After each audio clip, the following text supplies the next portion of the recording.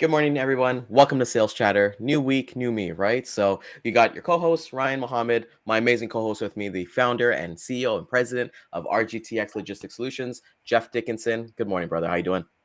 Good, my man. Good. Did you have a good Yeah. weekend? Got to ask you that first. It was a busy weekend. We had some good times with our family and friends, and for us, I can't believe it's the ninth. I wrote that down today on my to-do list. That today's the ninth already, so it's coming up there, man. What about yourself? Yeah, I mean, I had a good weekend, nice and relaxing, and just ready, pumped up for this week. So you know what? Let's do this. Welcome to the HPLS podcast. Live, relevant, and high performance information, conversations, and education weekly.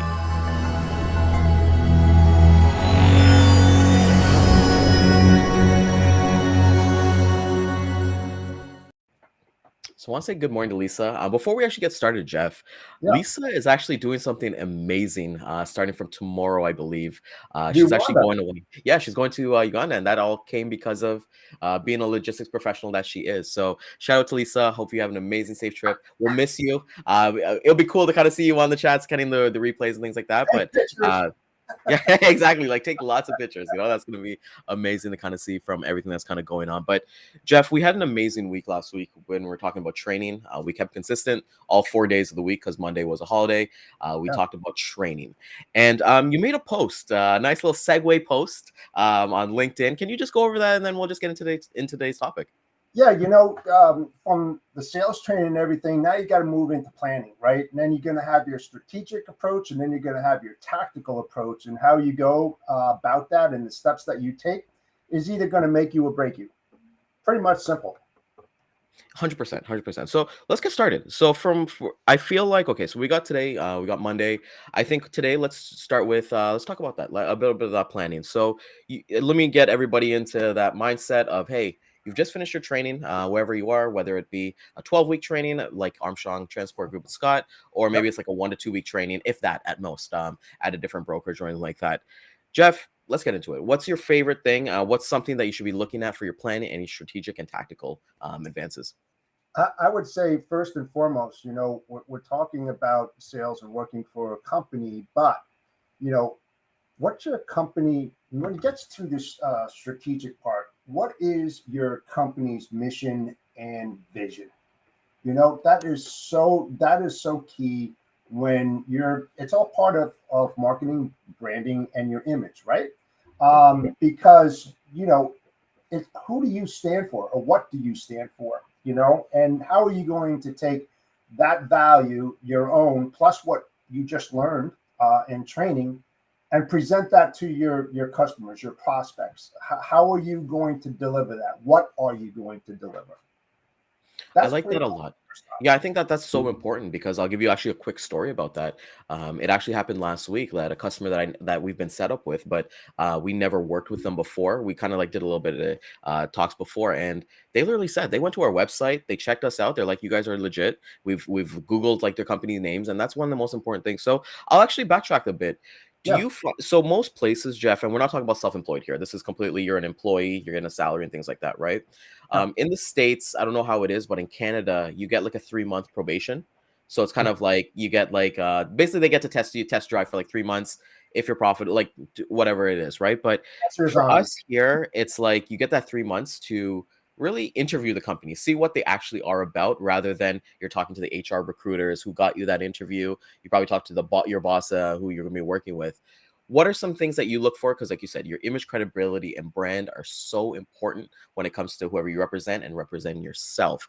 And Right. the mindset we're talking about here is before you even pick up that phone or you actually send that email specifically, what are some key factors you look for when you were on the logistics side, being a transport manager yourself, and then working while you work for yourself at RGTX Logistics? Yeah. So, and that's a great question. And uh, I did a post on Charlie Sappho's CS recruiting post some time ago, and so I reversed this, right?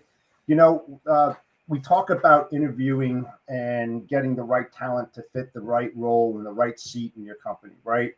Well, what's really critical in this whole thing in this process is that uh, the individual who is interviewing at this company, it's up to him or her to interview the company as well. It's a perfect time to do that.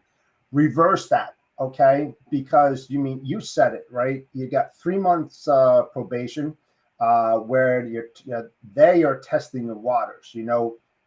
Should you be testing the waters as well? Well, you know what? You should have found that out in that interview process, right?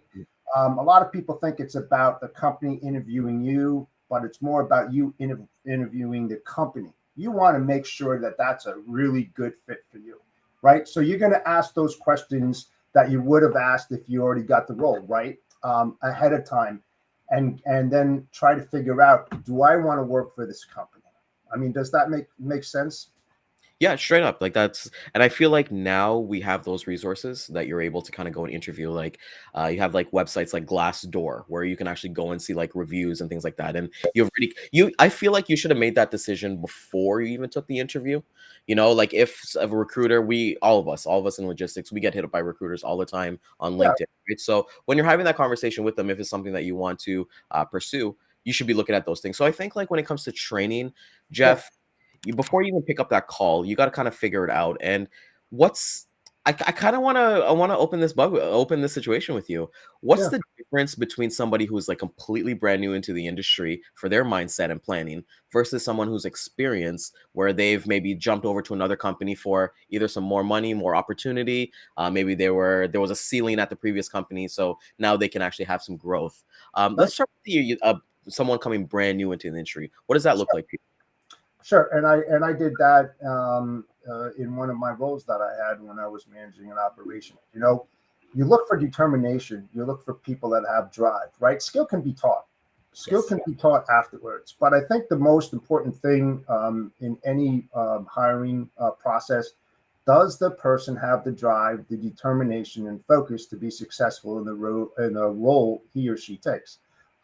That's first and foremost for me, because I know if they have that thought process, you can easily teach a skill, Mhm. because they're going to be eager to learn, and that's what you want, right? And then what they'll do is self-development, and they'll take what they've been taught and they'll create their own little things, right? It's like, again, on that strategic plan, that those core values, whether it's the value of the company, and I asked Scott about that, which is more important? Is it the individual value that you bring, or is it the company value? And that's a pretty tough thing, because they always say, when you go into companies, and you've probably seen it, usually their mission statement is on a wall, someplace that you can Mhm. visualize. You can see that mission. Here's why we're here. This is what we do. You know. So how are you going to take that, and then present that plus your own? And I think you look at that mission statement and you look at the people. So you've come out of training, you've done all your forms, you're ready to basically go like work out. I don't know, the conversation that you and I had last week about how we're planning out this 4 weeks was like it kind of related like to battle, right? Like I love that personally, like so we've talked about like picking up your weapon or deciding which weapon you're going to use, which would be the Exactly. prospecting tool for next week and going into battle in that mindset. Um, I know with Dan, one of Dan's training that I've kind of did was like he focuses on like your 5 big moves. So before you even pick up the phone call or before you decide what you want to do, you kind of like decide like, hey, what are the 5 big moves that I need to do to get to where I kind of want to get to, and look within. I think Jeff, a big thing is when it comes to mindset for me is a lot of stuff done off the clock. And when I say that, that's like with your family, with your wife, your husband, things like that. Understanding like, hey, let's map this out. Like I know my wife and I, we've been talking this year big about like our financial goals and things like that. Those conversations were in regards to your career should be happening before.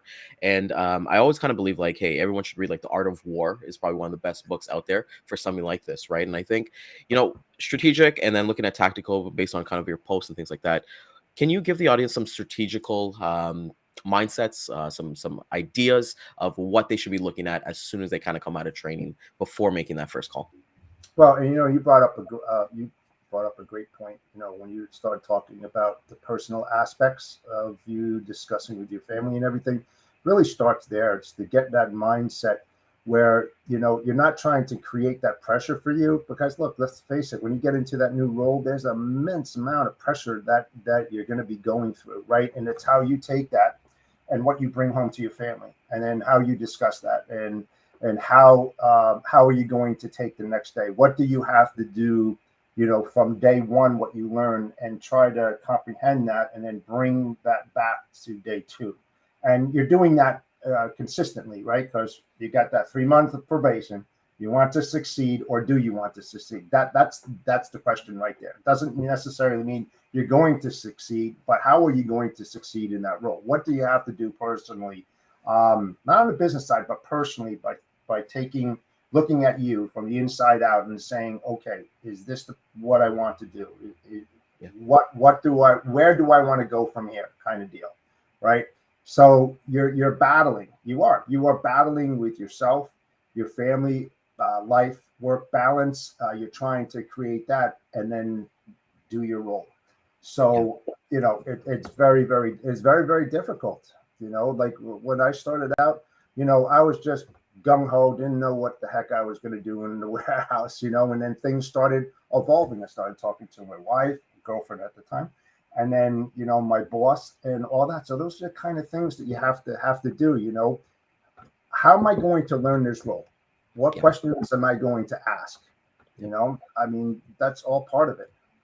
And a big game changer for me, Jeff, is that we talk about like the family part of it too. And then for me, the other part was actually like your teammates, like your not necessarily employees, but like your operations team. Like what worked big for me was like the first day, I went out to lunch with like the person who's gonna basically be working in conjunction with myself, find out what their values are. And I think that's something that's really worked for me, Jeff, is that to be able to have a conversation with somebody that's not about business, not about work, finding out what their values are, finding out what gets them up in the morning, whether it be they got some kids, or maybe they're saving for a trip to go to somewhere else, or different things in life, so you can kind of like get that niche together. Because shout out to my lead ops guy, we actually met at a previous place, and that's how we connected. We just got connected. We're kind of similar backgrounds, and we connected, and we do really well together because we got that time to understand who we are as people.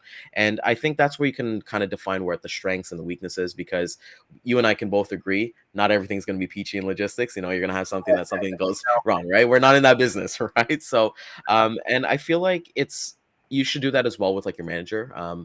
Outside of logistics, I remember when I worked at a ticket broker, the first day, the CEO always takes out the new person to lunch. You go there, you hang out, get to know each other, and it's a CEO, right? So you're kind of figuring out how did they kind of get started, and they're kind of figuring out how you get this started too. And one of the things that you wrote in your post that I thought was really important was who's responsible, as your strategic goal, like who is responsible? And I want to ask you that as well, like who's responsible for. And that's a good question, but let's just go back. Yep. We're talking about planning and mindset. Okay, so I'll tell you exactly the way that I did it. Okay, we gone through the interview. I selected the person or people who I want to bring on board. Number two thing that I did is that I talked to my people. I said, listen, we have a new hire that's coming in board. He or she's going to be sitting with you for the next, the 2 hours in inbound. They're going to sit in claims for 3 hours. They're going to sit in outbound for 2 hours. And then what I want to do is after they appreciate to get your feedback, I want to get your feel. I want to get your understanding, because these guys are in the freaking trenches day in and day out. Who's going to know better about the ability and skill level that the person that you hired that's coming in to fill a seat, who would know more about that individual than anybody else? They would. Okay, that's why you bring those associates into your inner circle, because they're very, very important for your division, your department to move forward. Okay, so that skill. What was the question on that again? Who's like basically directly responsible? And it could be whether for your planning, your mindset, everything like that. Sure. Well, it's about individual goals and objectives, right? It's your department's goals and objectives. Where do you need to be? How are you doing? It's what is the strategic and how is the tactical. Okay. So what are you going to do? What are you going to do to create those goals and objectives for those specific individuals that come on board, right? The second thing is that you could do like a SWOT analysis, right? The strengths, the weaknesses, the opportunities, and the threats, right? Well, you have that analytical thing. I mean, I used to do that, the 4 quadrants, right? And then you would write everything down on that, not just on the personal side, but also on the carrier side. What are their strengths, weaknesses? Operations, same thing. You can adapt that to anything within the operations of logistics. So those are the things that you would do, is to try to figure out that, right? And then after you go through that strategic part, you're going to go and create a timeline. When do you want this? How are you going to get this? At what time frame? So obviously, if you're on a 3-month probation, you need to hit different points in week 1 through week 12, right? And you got to set those milestones. Are they being reached? If not, why? How are you going to get there, right? And those are the things that you have to be on top. You just can't release the individual into the department and never talk to them. You have to have that interaction with them and your associates.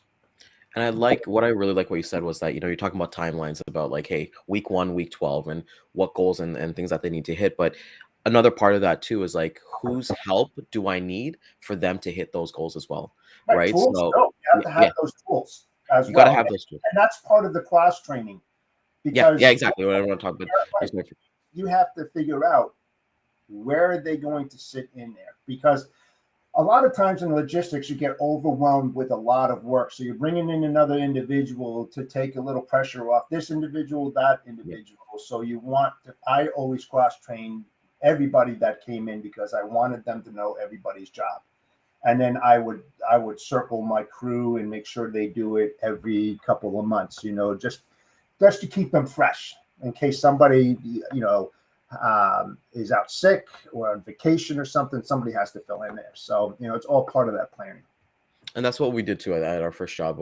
Everybody kind of got cross-trained, and everybody could basically wear that different hat. Let's say customer service was off today because they're sick. Okay, well, can you just fill in for a little bit there, help out there?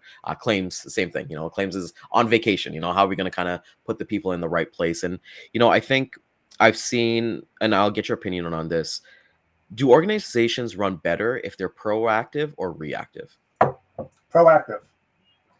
You always should have a proactive mindset. Reactive is that a problem is already over the dam, man. It's down the river, in the ocean. Proactive is attacking it and looking at all the what if scenarios. I say it all the time. I'm adamant about it.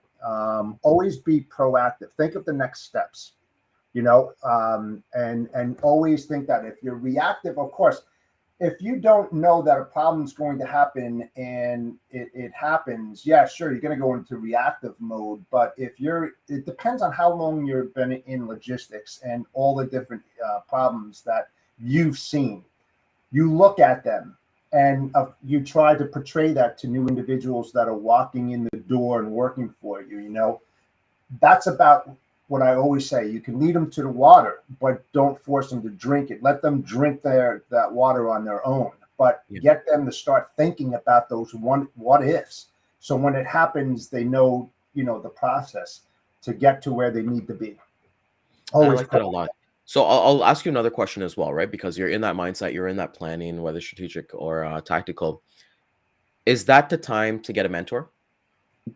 Of course. I mean, of course, you want to be that mentor. You want to be that coach. You want to be able to give them the deliverables that they need in order to be successful. How does that happen? You're interacting with them. You have the open door policy as a manager. You hope and you pray that they walk into your door multiple times during the day. If they don't, something's wrong. You are not training them well. You want them to start thinking, to say, hey, you know what, Mr. Dickinson, what should I do with this? I ran into this problem. Boom, that's what you want. You want that interaction, right? And then if you don't have the answers, because we don't all know the answers, but you know who to go to get that answers, you go to that next person and you ask him, hey, can you help Rob, man? He has this really, really good question, and that shows them the support of the department, that everybody's in it to win it. They're not holding back and keeping secrets, so to speaking. They're interacting. They feel comfortable speaking to their associates that they work with, and that's how that's how you build a really good working rapport, and you start seeing the benefits from doing that, almost immediately. You set that mindset for the department. That's the whole thing. Yeah, I love that you said that because a phrase that I learned in this industry was the squeaky wheel gets the grease. Peace. So if you go in there, you ask questions, like, we always kind of say, hey, there's no dumb questions. Like, always ask the questions because somebody's going to have that. And one thing that helped out is that when I was in the corporate environment was that we'd get there, we were 8 to 5, like 8 to 5, and then if we worked at home. Like, everybody would leave the office at 5 to go work from home. That was the thing. Nobody stayed after 5 o'clock. Everyone got in their car, and then if they worked from home, they worked from home. But anyways, one of the things is that we would work from 8 to 10, and then 10 to I think 11, we'd meet in the conference room, just kind of recapping. Hey, how's the day been going? What kind of things are you seeing? What kind of opportunities are you having? And DJ always kind of brings up like mindset is everything. And good morning, DJ. I kind of want to say that.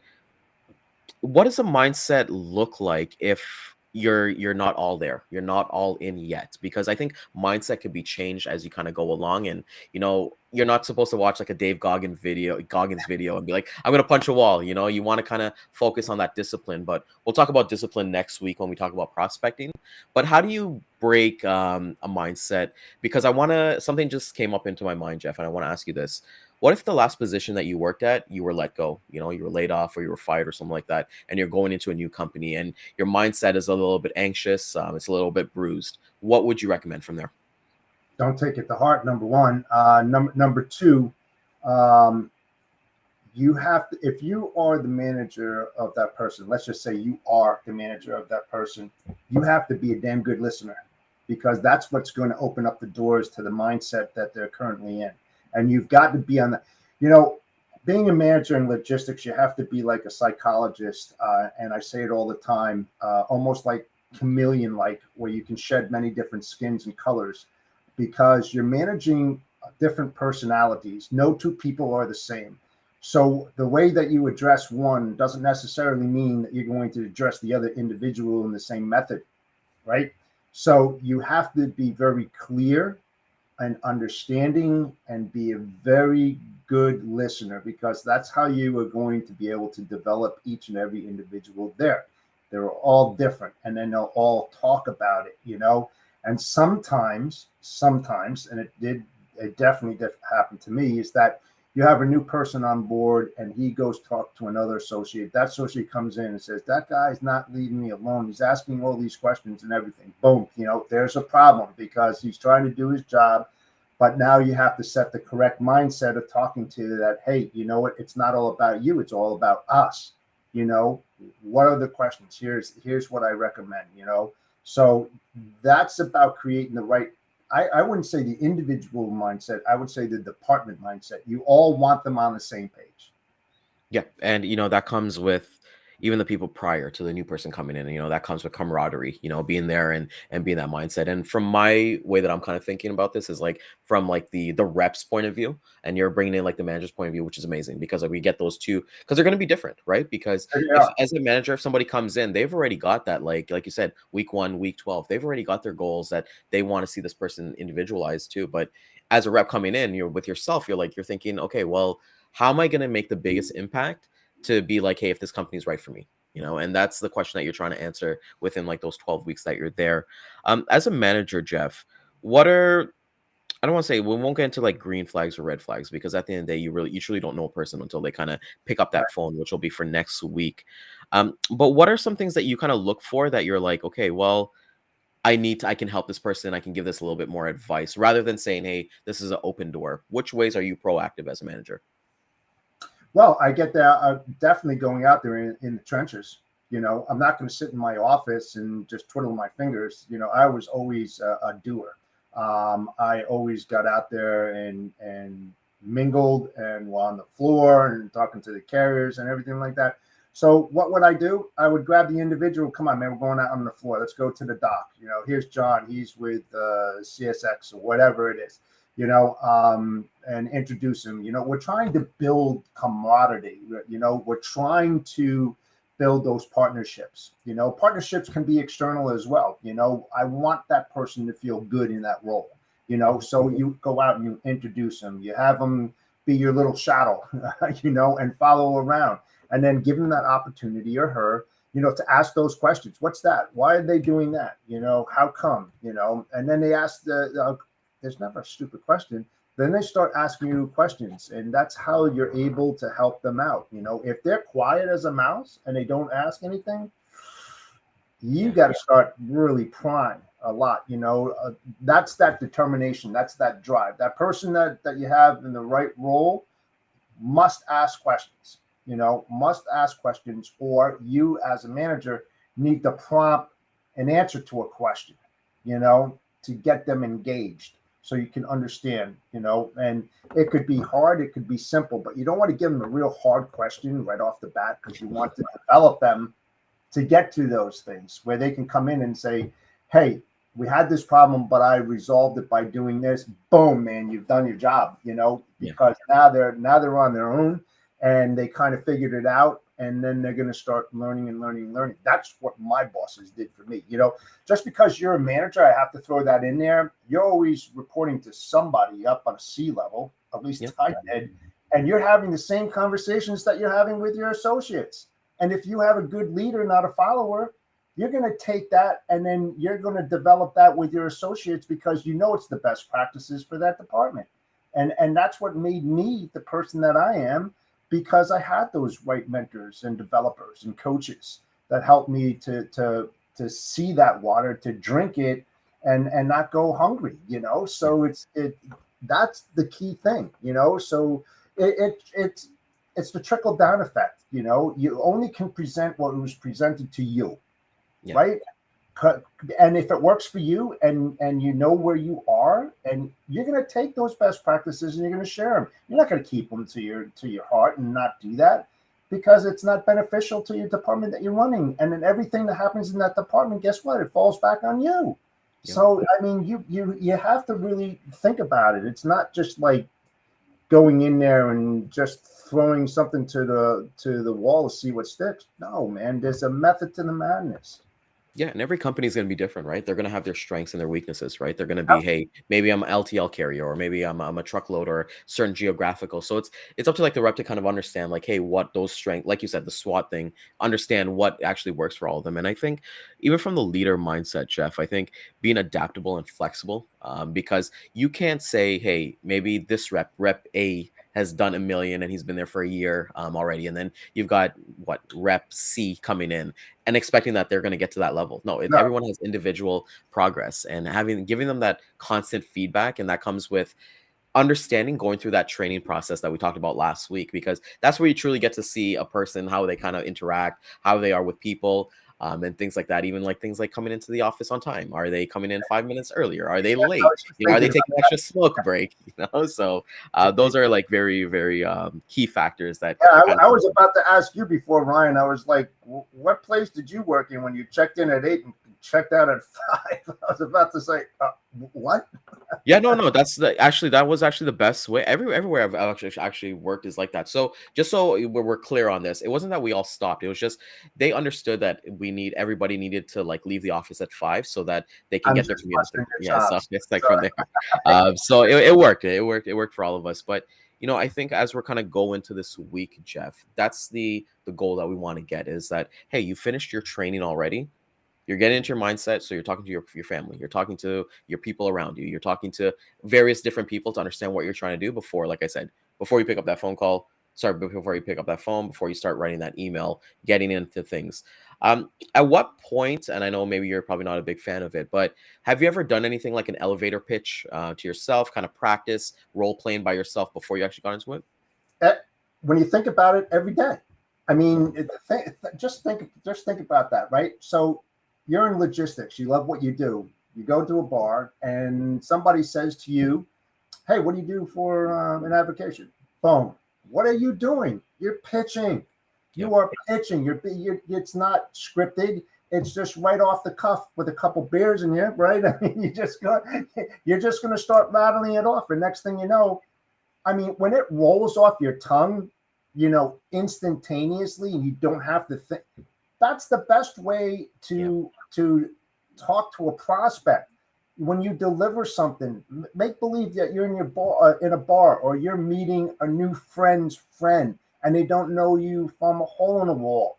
That's the same approach that you do it. Be you.